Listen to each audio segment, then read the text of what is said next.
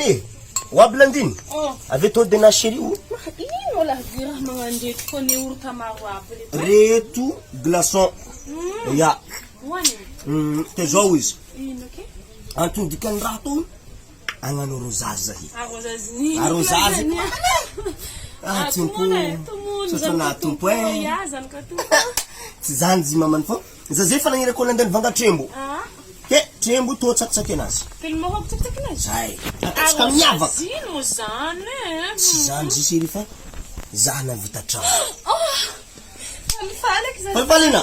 Félicitations. Hoaniny manisininsy beka manisiny tsara fô. Trano vadiko. Trano vato to avy atona.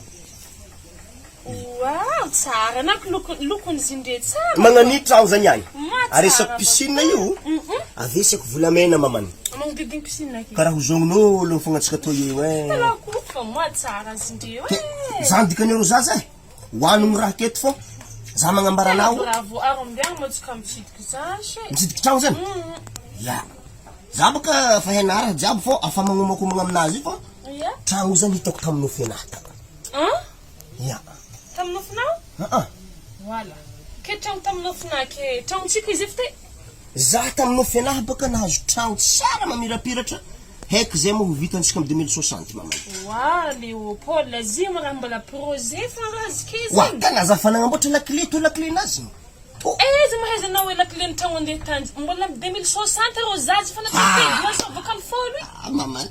Anatsika zay mboany zaza fa haiko moiteraka atsika to coucher nazy. Za rô tsy te raha magnanja 2060 zima raha mbola tsy azonaka za tsy manano glaçon nay hoe.